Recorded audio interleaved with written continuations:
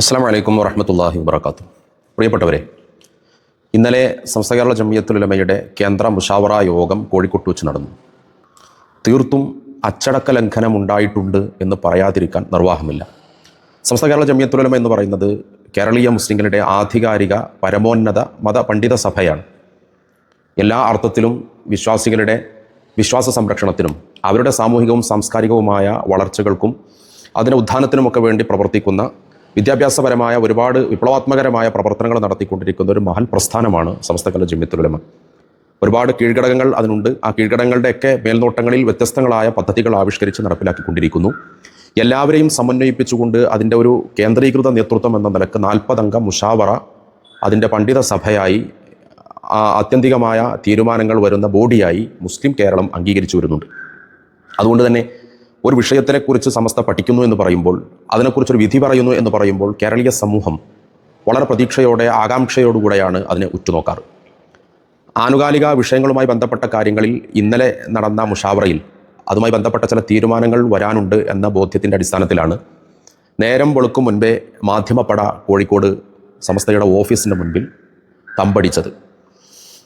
മുസ്ലിങ്ങൾ മാത്രമല്ല, മാധ്യമ ലോകം പുറത്തുവിടുന്ന വാർത്തകളെ പ്രതീക്ഷിച്ചുകൊണ്ട് വിവരങ്ങൾ അറിയുന്നതിന് വേണ്ടി കാത്തുകിടക്കുന്ന ഒരു സമൂഹം പുറത്തുണ്ട് എന്ന് മാത്രമല്ല, സമുദായത്തെ സമസ്തയെ സാഗൂതം വീക്ഷിക്കുന്നതിന് വേണ്ടി അതിനെ നിരീക്ഷിച്ചുകൊണ്ടിരിക്കുന്നുണ്ട് എന്നൊക്കെ ബോധ്യപ്പെടുത്തും വിധത്തിലാണ് ഈ അടുത്ത കാലങ്ങളിലൊക്കെയുള്ള സമസ്തയുടെ മുഷാവറ യോഗങ്ങളും പ്രത്യേകിച്ച് അതിനെ കവറേജ് ചെയ്യാൻ വേണ്ടി വരുന്ന മീഡിയകളുടെ സാന്നിധ്യമൊക്കെ വിളിച്ചറിയിക്കുന്നത്. ഇവിടെ വളരെ പ്രധാനപ്പെട്ട തീരുമാനങ്ങളാണ് ഇന്നലെ ചേർന്ന മുഷാവറ എടുത്തിട്ടുള്ളത്.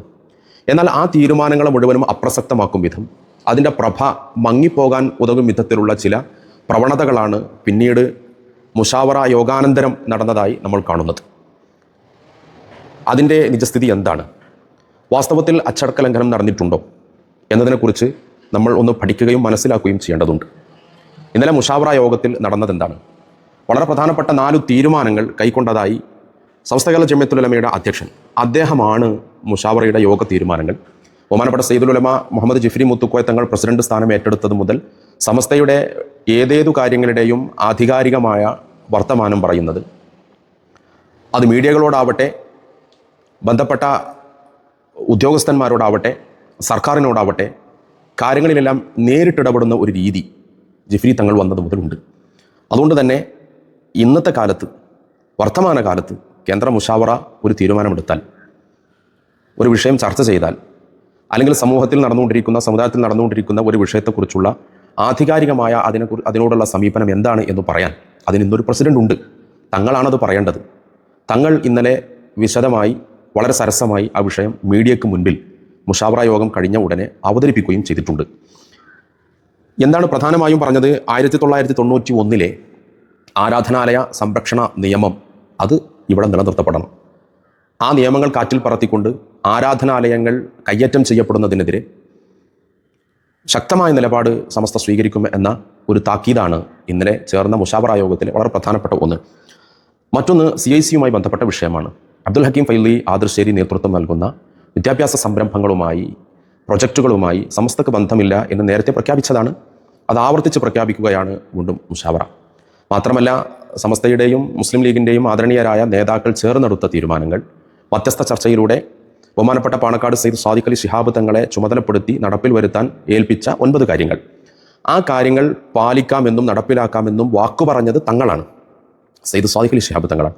തങ്ങൾ ആ തീരുമാനം നടപ്പിൽ വരുത്തുന്ന സമയത്ത് പുനഃപരിശോധിക്കും. അതുവരേക്കും നേരത്തെ പറഞ്ഞ ടിയാനുമായി ബന്ധപ്പെട്ട സംവിധാനങ്ങളുമായി സമസ്തക്ക് ബന്ധമില്ല എന്ന് ആവർത്തിച്ച് പ്രഖ്യാപിച്ചതായിരുന്നു രണ്ടാമത്തെ ഒരു പ്രധാനപ്പെട്ട തീരുമാനം. മൂന്നാമത് വഖഫ് സംബന്ധമായ ചോദ്യം, വഖഫുമായി ബന്ധപ്പെട്ട ഒരു ചർച്ച, മുനമ്പവുമായി ബന്ധപ്പെട്ട് അവിടെ അതിൻ്റെ രേഖകൾ മുഴുവനും പരിശോധിച്ചതിൻ്റെ ശേഷം മതവിധി എന്താണോ അതനുസരിച്ച്, എന്നാൽ കുടിയേറ്റക്കാർക്ക് പ്രയാസമില്ലാത്ത വിധത്തിൽ അവരുടെ കാര്യം സർക്കാർ ആലോചിക്കണം, സർക്കാർ തീരുമാനിക്കേണ്ടതാണ്, സർക്കാരുമായി കൂടി ആലോചിച്ചൊക്കെ അതിൻ്റെ കാര്യങ്ങൾ വരും വരായികളൊക്കെ ചർച്ച ചെയ്തുകൊണ്ട് ഉള്ള മുന്നോട്ട് പോക്ക് പഠിച്ചതിൻ്റെ ശേഷം ആ വിഷയത്തിൽ പ്രതികരിക്കുമെന്നും സമസ്തയുടെ അധ്യക്ഷൻ അറിയിച്ചു. നാലാമത്തെ പ്രധാനപ്പെട്ട ഒരു വിഷയമെന്ന് പറയുന്നത് കിതാബ് തൗഹീദ് എന്ന് പറയുന്ന ബിദ്അകളുടെ ഒരു തത്വസംഹിത എന്നൊക്കെ പറയാൻ പറ്റുന്ന ഒരു പുസ്തകം, അതിനെ കാവ്യശൈലിയിലേക്ക് മാറ്റി അതിനെ പ്രസിദ്ധീകരിക്കാനൊക്കെ നേതൃത്വം നൽകിയ ഫുൽഫരി, അദ്ദേഹം പട്ടിക്കാട് ജാമിയ നൂരിയ അറബി കോളേജിൽ കുട്ടികൾക്ക് അധ്യാപനം നടത്തുന്നുണ്ട്.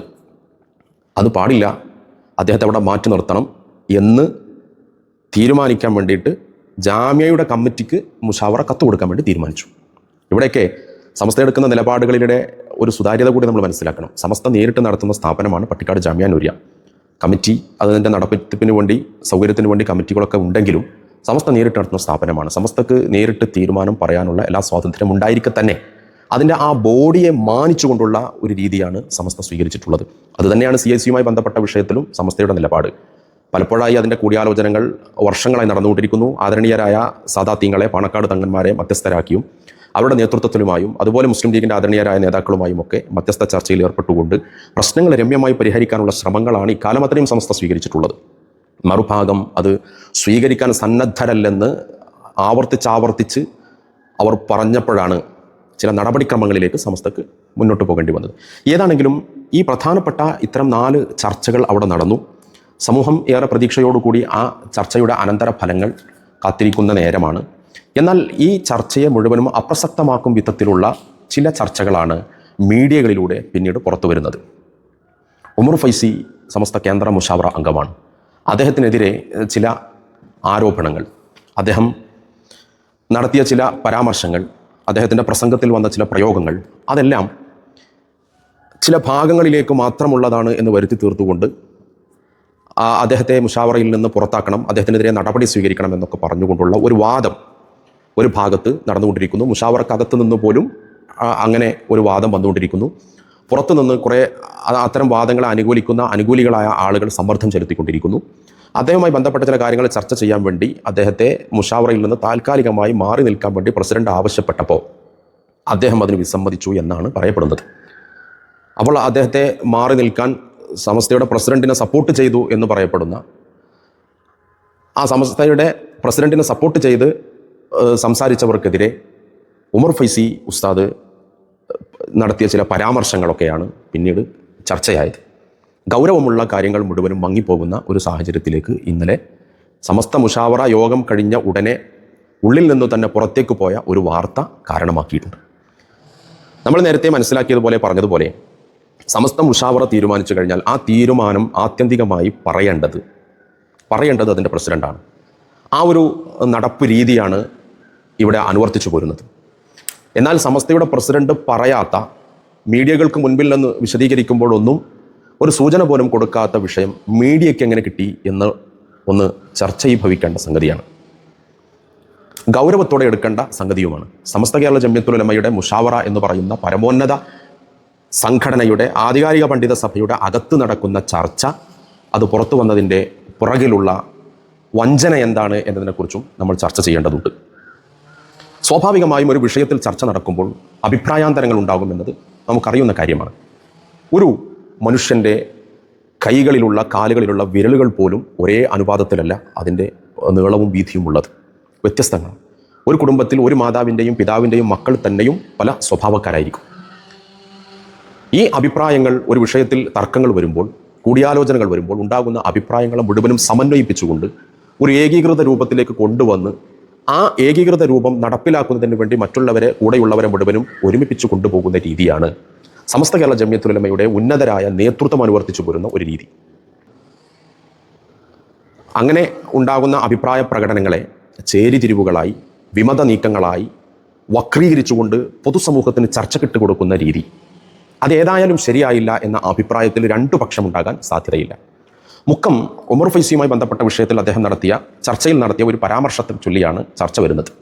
അദ്ദേഹത്തെ മാറി നിൽക്കാൻ വേണ്ടി പറഞ്ഞപ്പോൾ അദ്ദേഹം അതിന് വിസമ്മതിച്ചു, പ്രസിഡന്റിനെ അദ്ദേഹം അവഗണിച്ചു എന്നതൊക്കെയാണല്ലോ ചർച്ച.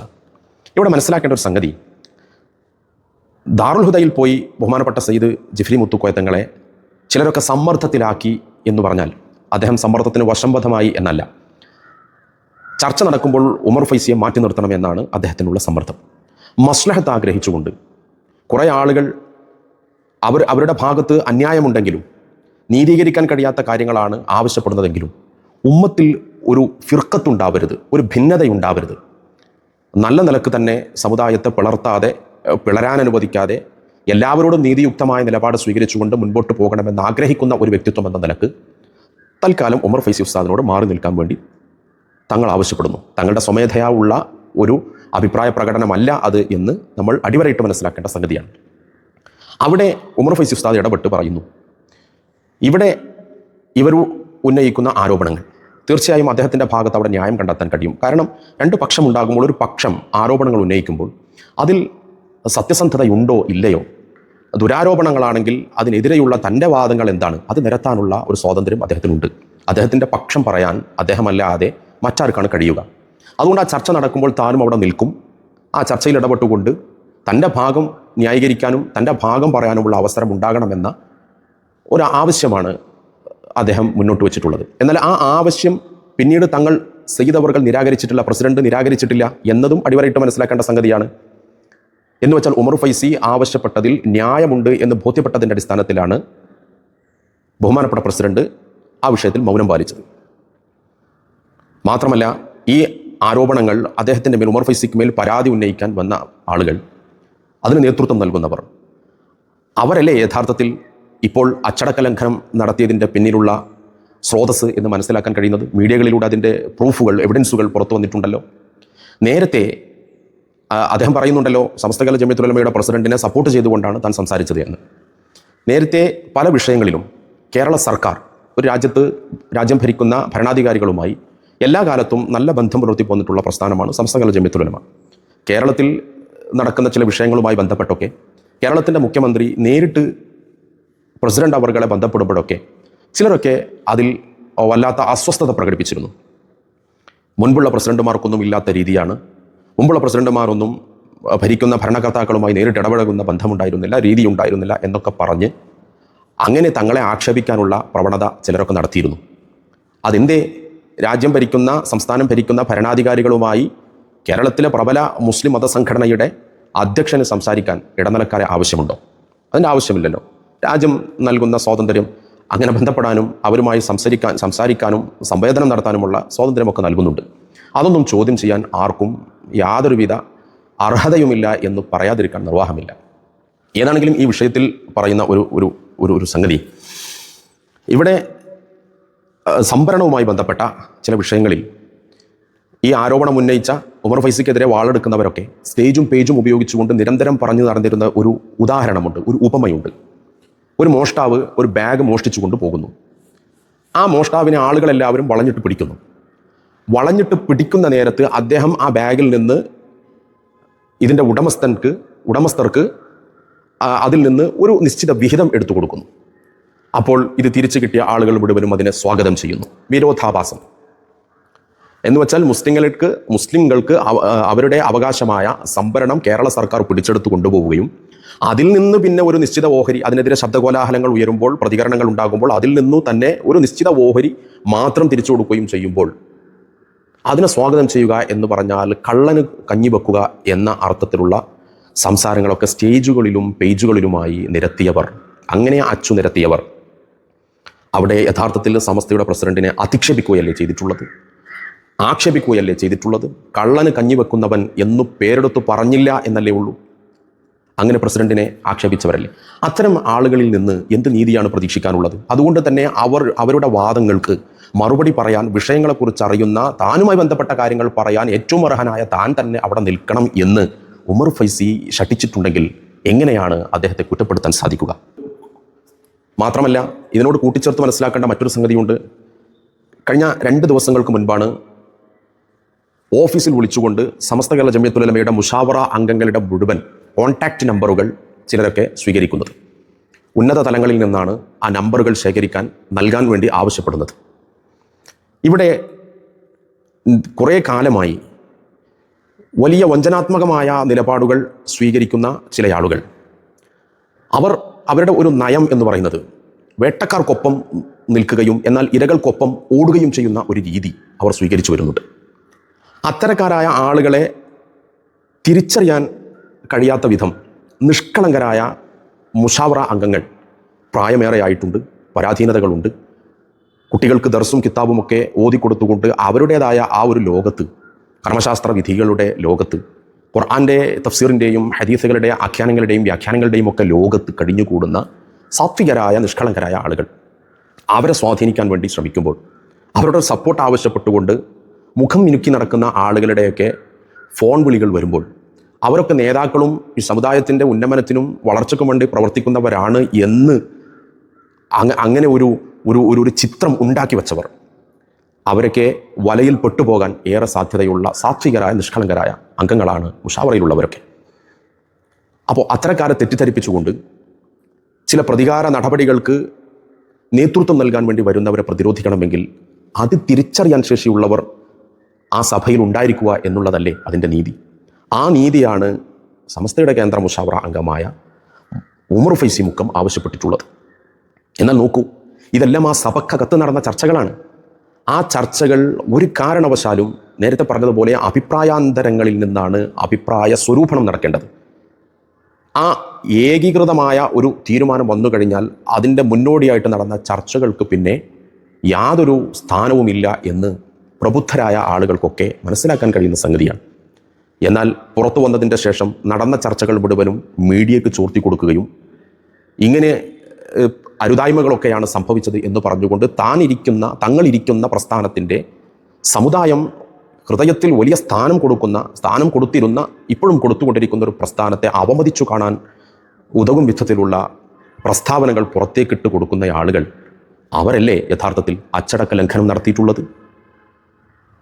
മാത്രമല്ല, അത്തരം അച്ചടക്ക ലംഘനങ്ങളെ ന്യായീകരിച്ചുകൊണ്ട് സമസ്തയുടെ നേതാക്കൾ എന്ന ലേബിളിൽ ഇടക്കിടക്ക് മാധ്യമങ്ങൾക്ക് മുൻപിൽ വന്ന് പ്രസംഗിക്കുന്ന ആളുകൾ, അവർ ഞങ്ങൾക്ക് വ്യക്തമായ ബോധ്യമൊന്നുമില്ല, മീഡിയയിൽ നിന്ന് കേട്ടതാണെങ്കിലും ശരി, അദ്ദേഹം പറഞ്ഞതിൽ ന്യായമുണ്ടാകാൻ എന്നാണ് ഞങ്ങൾ വിശ്വസിക്കുന്നത്, ഞങ്ങൾ മനസ്സിലാക്കുന്നത്, അങ്ങനെയാണെങ്കിൽ ഉമർ ഫൈസി ചെയ്തത് തെറ്റാണ്, കടുത്ത അച്ചടക്ക ലംഘനമാണ് എന്നൊക്കെ മീഡിയയ്ക്ക് മുൻപിൽ വന്ന് വ്യക്തത വരാത്ത കാര്യം എന്ന് പറഞ്ഞാൽ പ്രസിഡന്റ് ഔദ്യോഗികമായി പറഞ്ഞതാണ് സമസ്തയുടെ നിലപാടെന്നിരിക്കെ അതിന് വിപരീതമായ കോലാഹലങ്ങൾ, ഒച്ചപ്പാടുകൾ പുറത്തുനിന്ന് കേൾക്കുമ്പോൾ അതിനനുസൃതമായി സംസാരിക്കുകയും ചെരുപ്പിനനുസരിച്ച് കാലു മുറിച്ചുകൊണ്ടുള്ള ബൈറ്റുകൾ നൽകുകയും ഒക്കെ ചെയ്യുന്ന സമസ്തയുടെ നേതാക്കൾ എന്ന ലേബിളിൽ പ്രത്യക്ഷപ്പെടുന്ന യുവജന വിഭാഗത്തിൻ്റെ പ്രതിനിധികൾ നടത്തിയതല്ലേ യഥാർത്ഥത്തിൽ അച്ചടക്ക ലംഘനം? അവർക്കെതിരെയല്ലേ നടപടിയെടുക്കേണ്ടത്? സുപ്രഭാതം ദിനപത്രം സമസ്തയുടെ പത്രമാണല്ലോ. ആ സമസ്തയുടെ പത്രത്തിൽ വരുന്ന പരസ്യങ്ങൾക്കെതിരെ, അതിൽ വരുന്ന ലേഖനങ്ങൾക്കെതിരെ പത്രത്തിൻ്റെ പോളിസി അല്ലാതിരുന്നിട്ട് പോലും ആ പത്രത്തിൻ്റെ, മാധ്യമത്തിൻ്റെ, ആ സ്ഥാപനത്തിൻ്റെ ഉന്നത സ്ഥാനത്തിരുന്നു കൊണ്ട് തന്നെ ആ ഇരിക്കുന്ന സ്ഥാനത്തിൻ്റെ നിലവാരം പോലും നഷ്ടപ്പെടുത്തും വിധം വാർത്തകളൊക്കെ ബൈറ്റാക്കി കൊടുക്കുക, എന്നിട്ട് താൻ നേതൃത്വം നൽകുന്ന, താൻ കൂടെ ഭാഗവാക്കായ ഒരു പ്രസ്ഥാനത്തിൻ്റെ, ഒരു പത്രത്തെ സമൂഹത്തിൻ്റെ മുമ്പിൽ വലിയ സ്വീകാര്യതയുള്ള, പൊതുജന സ്വീകാര്യത ലഭിച്ചിട്ടുള്ള സുപ്രഭാതം പത്രത്തെ ആർക്കോ വേണ്ടി, എന്തിനോ വേണ്ടി അതിനെ അവമതിച്ച് അതിൻ്റെ നിലവാരം തകർന്നു പോയിട്ടുണ്ടെന്ന് വരുത്തി തീർക്കാൻ വേണ്ടി മീഡിയകൾക്ക് മുൻപിൽ ബൈറ്റ് കൊടുക്കുന്നവർ, അവരല്ലേ സമസ്തയുടെ സംഘ സംവിധാനങ്ങളെ താറടിച്ച് കാണിക്കുന്നത്, സമൂഹമധ്യേ പരിഹാസ്യമാക്കി ചിത്രീകരിക്കുന്നത്? അവർക്കെതിരെയല്ലേ യഥാർത്ഥത്തിൽ നടപടി വരേണ്ടത്? യഥാർത്ഥത്തിൽ അച്ചടക്ക ലംഘനം നടത്തിയത് ആരാണ്? അവസരം കിട്ടുമ്പോഴൊക്കെ സമസ്തയുടെ അധ്യക്ഷനെ അധിക്ഷേപിക്കുകയും അദ്ദേഹത്തിൻ്റെ നിലപാടുകളെ പരിഹസിക്കുകയും സർക്കാരുമായുള്ള അദ്ദേഹത്തിൻ്റെ ബന്ധങ്ങളെ ഹാസ്യവൽക്കരിച്ച് സമൂഹത്തിൻ്റെ മുമ്പിൽ പ്രസിഡന്റിനെയും അതുപോലെ ഈ സംവിധാനത്തെയും ഒക്കെ കൊഞ്ഞനം കുത്തുകയും ഒക്കെ ചെയ്യുന്ന ആളുകൾ, ആർക്കോ വേണ്ടി തിളക്കുന്ന സാമ്പാർ എന്നൊക്കെ പറയുന്നത് പോലെ ഏതോ ഭൗതികമായ ലാഭങ്ങൾക്ക് വേണ്ടി സമുന്നതമായ ഒരു പണ്ഡിത സഭയെ, പൂർവികർ കെട്ടിപ്പടുത്ത മഹത്തരമേറിയ ഒരു പ്രസ്ഥാനത്തെ ഇவ்விധം ശിഥിലമാക്കുന്നതിനും വിമത നീക്കങ്ങൾക്ക് നേതൃത്വം നൽകുന്നതിനുമൊക്കെ ഇടപെടലുകൾ നടത്തുന്നവർക്കെതിരെയല്ലേ അച്ചടക്ക ലംഘനത്തിനുള്ള നടപടി സ്വീകരിക്കേണ്ടത്? അല്ലാതെ ന്യായത്തിൻ്റെ ഭാഗത്തു നിന്ന് കർമ്മശാസ്ത്രപരമായ മസലകൾ, ദീനിൻ്റെ നിയമങ്ങൾ അത് പറയുന്നവർക്കെതിരാണോ, അത് നടപ്പിൽ വരുത്താൻ വേണ്ടി പ്രയത്നിക്കുന്നവർക്കെതിരെയാണോ ഇവിടെ നടപടി സ്വീകരിക്കേണ്ടത്? സമൂഹം വിലയിരുത്തുന്നുണ്ട്, സമുദായം എല്ലാം നോക്കിക്കാണുന്നുണ്ട്.